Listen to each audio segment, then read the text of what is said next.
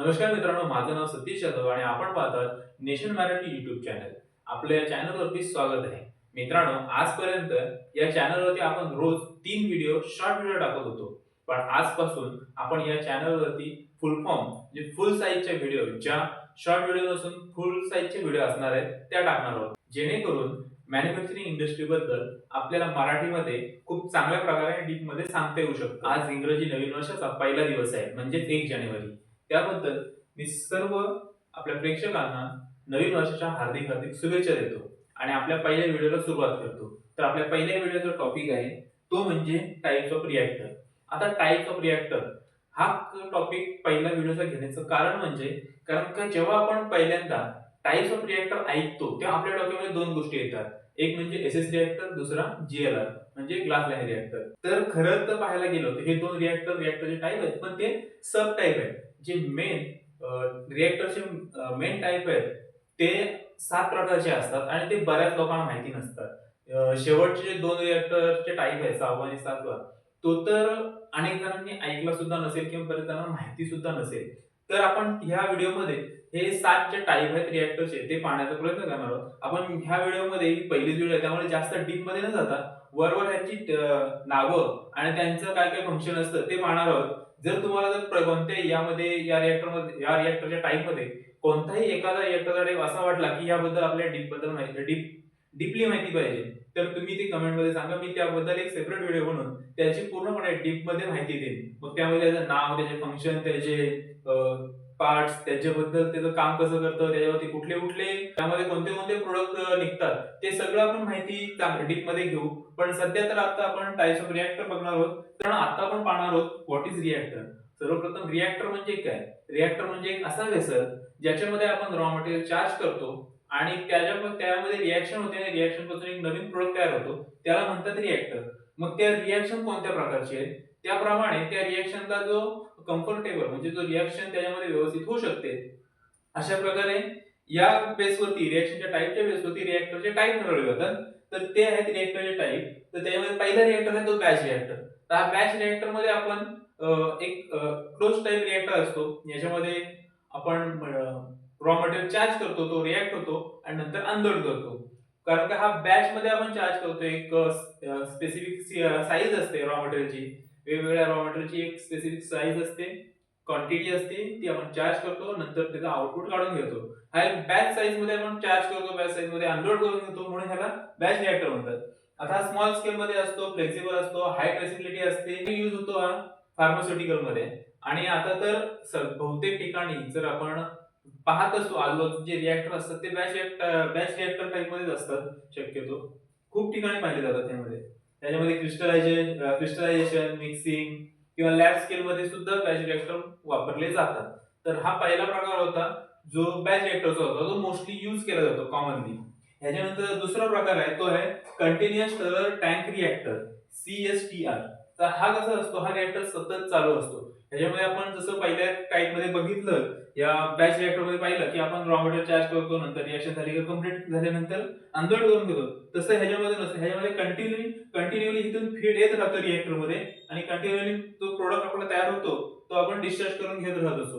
ही continuous process यामध्ये चालू असते, म्हणून याला बोलतात कंटिन्युअस स्टरर टँक रिएक्टर.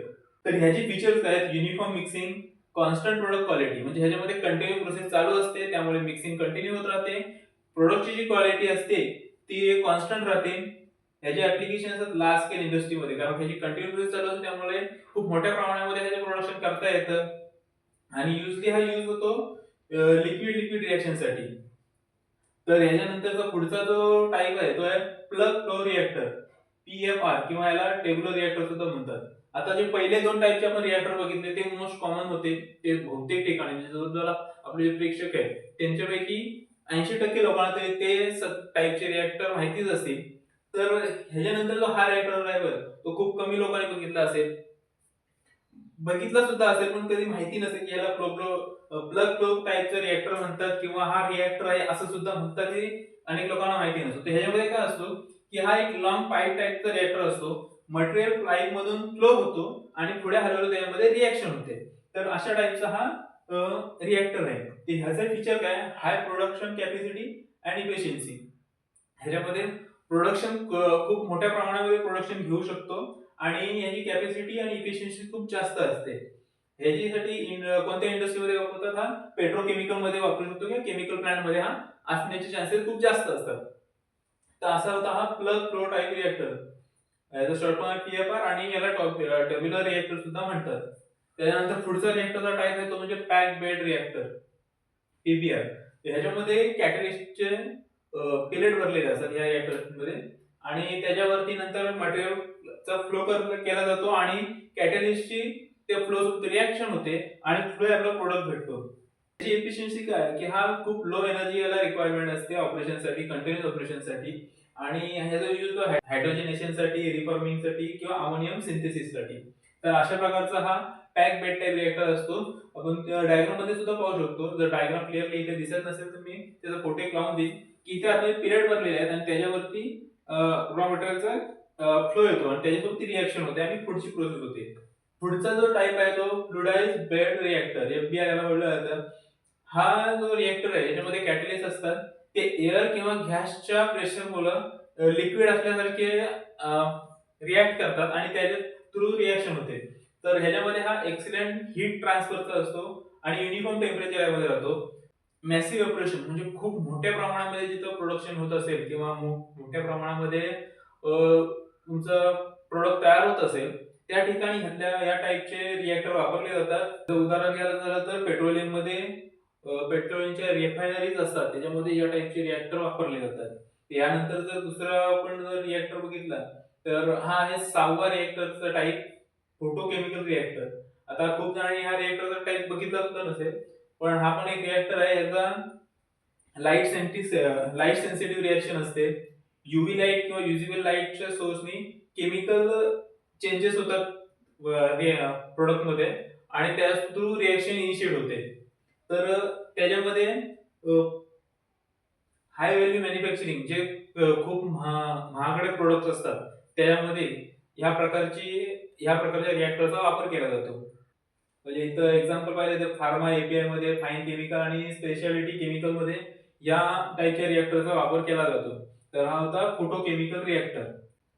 तर मित्रांनो हा आहे शेवटचा टाईप, मायक्रो रिएक्टर. हा ऍडव्हान्स टेक्नॉलॉजीने बनलेला रिएक्टर आहे. याच्यामध्ये एक्स्ट्रीमली फास्ट हीट ट्रान्सफर होते. हीट ट्रान्सफर खूप फास्ट होते आणि खूप सेफली होते. दुसरं म्हणजे याच्यामध्ये हाय प्युरिटी प्रोडक्ट, ज्या प्रोडक्ट मध्ये प्युरिटी खूप जास्त महत्वाची असते त्याच्यामध्ये या टाईपच्या रिएक्टरचा वापर केला जातो. कारण का जेव्हा काही प्रोडक्ट असे असतात ज्याच्यामध्ये एकदम पॉइंट मध्ये सुद्धा प्युरिटी फेल झाली नाही पाहिजे त्या ठिकाणी अशा टाईपचे मायक्रो रिएक्टर वापरले जातात. तर असे होते हे रिएक्टरचे टाईप. परत एकदा आपण समरी बघू. पहिला बॅच रिएक्टर, नंतर पहिला कंटिन्युअस स्टोरेज टँक रिएक्टर, नंतर प्लग फ्लो रिएक्टर, नंतर पॅक बेड रिएक्टर, नंतर fluidised bed reactor, photochemical reactor आणि मायक्रो रिएक्टर. असे हे 7 टाईप होते रिएक्टरचे. आता ह्यापैकी कोणताही तुम्हाला एखादा रिएक्टर जास्त डीप मध्ये माहिती पाहिजे असेल, आपण बॅच रिएक्टर ची थोडं डीप मध्ये नंतर येणाऱ्या व्हिडिओ मध्ये पाहणार आहोत. पण बॅच रिएक्टर सोडून कुठल्या रिएक्टर बद्दल तुम्हाला माहिती पाहिजे असेल तर नक्की कमेंट मध्ये सांगा. आपण याबद्दलची पण सुद्धा एकदा चांगले व्हिडिओ बनवू डीप मध्ये. आणि तुम्हाला हा व्हिडिओ कसा वाटला ते कमेंट करून सांगा. व्हिडिओ आवडला असेल तर लाईक करा आणि चॅनलला सबस्क्राईब करायला विसरू नका. अशाच प्रकारचे वेगवेगळे व्हिडिओ आपल्या चॅनलवरती येणार आहेत यापुढे आणि कंटिन्यू येणार आहेत. सो चॅनलला सबस्क्राईब करा. आपण पुन्हा भेटू अशाच एका चांगल्या इन्फॉर्मेशन देणाऱ्या व्हिडिओ मध्ये. धन्यवाद.